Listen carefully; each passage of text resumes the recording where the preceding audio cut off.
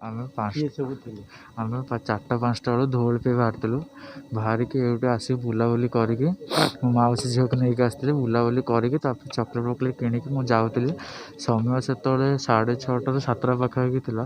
ଆମେ ମୋ ଧଉଳି ଆଉ କେଶର ଯିବା ବାଟରେ ସେଇଠି ଆମେ ଯାଉଥିଲୁ। ଅଧା ବାଟରେ 2ଟା ପୁଅ ଜଙ୍ଗଲ ଭିତରେ 2 ଜଣ ବାହାରିଲେ। ଆମେ ତାଙ୍କୁ କଟ୍ କାଟିକି ଯାଉଥିଲୁ। ସେ ଆମ ଗାଡ଼ି ଆଗକୁ ପଳେଇ ଆସିଲେ।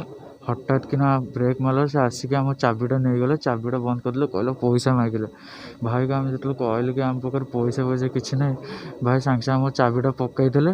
ତାପରେ ଆମକୁ ଉଠେଇକି ନେଇଗଲେ। ସେଇଠି ଯାଇକି ବେକ ଚିପିଲେ, ପିଟିଲେ, ହାତ ଗାଲ ସବୁଆଡ଼େ ମାରିଲେ। ତାପରେ ଗଞ୍ଜି ଘୋଡ଼େଇ ଦେଲେ। ମୋ ମାଉସୀ ପୁଅ ଝିଅ ତାକୁ ନେଇକି ପଳେଇଲେ ଭିତରକୁ। ତା ସହିତ ମିସବିହେଭ୍ କଲେ। ତାର ଭିଡ଼ିଓ କଲ୍ 15-20 ମିନିଟ୍ ସେଇଠି ରଖିଲେ। ମୋତେ ବାଡ଼େଇଲେ ଲାଷ୍ଟ ପଥର ଆଣୁଥିଲେ ମାରିବା ପାଇଁ। ମୋ ରୂପା ଚେନ୍, ତାର ସୁନା ଚେନ୍ ନେଇଯାଇଛନ୍ତି।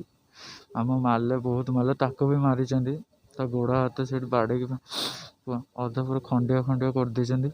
ମୋତେ ବି ମାରିଛନ୍ତି ପୁରା। ମୋର ବି ମୁହଁରୁ ଆଉ ପିଠି ଯାଇ କିଛି ଅବସ୍ଥା ନାହିଁ।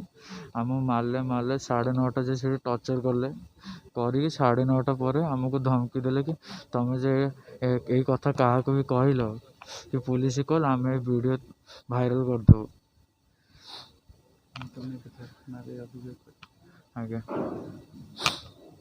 ଆଜ୍ଞା ପ୍ୟାଣ୍ଟ ଖୋଲିକି ମୋ ଉପରେ ହସିଲେ।